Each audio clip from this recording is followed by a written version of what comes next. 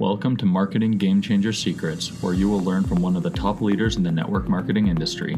Teresa Harding has grown her team to over millions of people. She's grown online, she's grown offline, she's grown organically, and she is ready to show you the secrets. She's ready to change the way you think. She truly cares about the success of her team and the people that she teaches. So get ready to learn the tips, tricks, and secrets that will allow you to grow a successful business in the 21st century.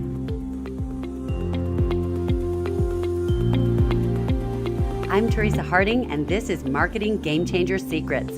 This podcast is for people who know that this industry is not about the network marketer anymore. It's about the people we serve and the change we can make in other people's lives. It's about the entrepreneur inside each of us who is trying to find our voice. It's for the people who want to change the world and are looking for the most powerful way to make that happen. Hey guys, welcome back, and we are at MLM Game Changer Secrets, the podcast, and today I want to talk to you about something called a squeeze page, and I'm going to talk about how you handle the squeeze page, whether you're offline or online. And I call it the squeeze page because that's what they call it when you're online, when you're trying to grow your team online.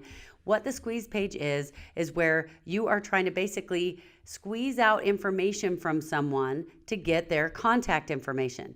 So what I want you to realize is that that's exactly what we do offline when we're building organically, which means building offline, person to person. That's exactly what we do. If you talk to someone in person and they're interested in your product and yet you don't get their contact information, how good is that?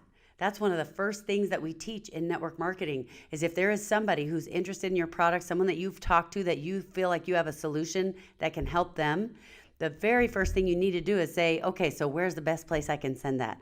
Or tell me the best way to connect with you so that you can get their email, you get their address, whatever it is, their phone number. Whatever it is, if you're sending them a sample, then of course you need their address. It depends on what the conversation went like, but you have got to have, the best thing you can get is their phone number and their email. So you do the exact same thing online. The mistake that people make online is they change it up. The process that actually works in sales, they change it up online and try to do something different. But the reality is, it's exactly the same. You need to make sure that the things that work in real life, in person to person, are the exact same things you're doing online. Now, you might have to create it or set up the wording a little bit differently because in person, you met the person, they can see your facial expressions, they feel a connection with you, and that's what happens when you're talking with them. So you've got to create that same thing online as you're connecting with that person. But that's why I spend so much time talking about publishing, your epiphany bridge, the way you tell your stories. It's because that is exactly how you do connect with them to help them feel like, wow, this is someone I can trust. Number two, this is someone who has a solution to my problem. And number three, they know how to solve my problem. They actually can help me. So make sure that as whatever you're doing offline, you're doing the same things online. We might have very specific ways of doing it online, just like we do offline. But the squeeze page is the place, online or offline, where you are going to get their contact information. And realize that when I talk to someone live, face to face, I'm not necessarily trying to sell them a product right that moment.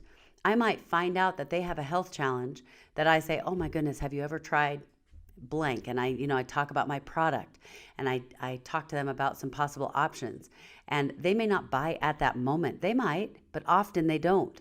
So I need to follow up with them. And in order to follow up with them, I have to have a way to get in touch with them. So notice that's the very first thing I do. When I talk a little bit, I get their attention somehow, and then I get their contact information. So make sure that whatever you're doing online creates the same thing. You get their attention, you distract them online enough that they go, wow, it's an interrupt. Whatever they're doing, whatever you had to offer was so interesting, your Facebook Live or your ad that you put out or whatever it was, your Instagram, that was so interesting and intriguing. It interrupted whatever they were doing, and they look at your stuff. So you got their attention. Now the very next thing you need to do is gather their contact information. And a lot of times online, the way we do that is to give away something for free or almost free, something really cheap, that it's so valuable that they're sitting there looking at it thinking, It would be stupid of me not to get this, whether it's a free ebook or a $7.99 offer or a book or something where you add lots of value. So they're going, wow, this is $7, but they're giving me $70 worth of value of information and training and whatever else it is that you include in your offer. So now they give you their email so they can get all that stuff. That's the squeeze page. So make sure that you're gathering their contact information, whether you're building offline, online. Good luck, and I'll talk to you in the next episode.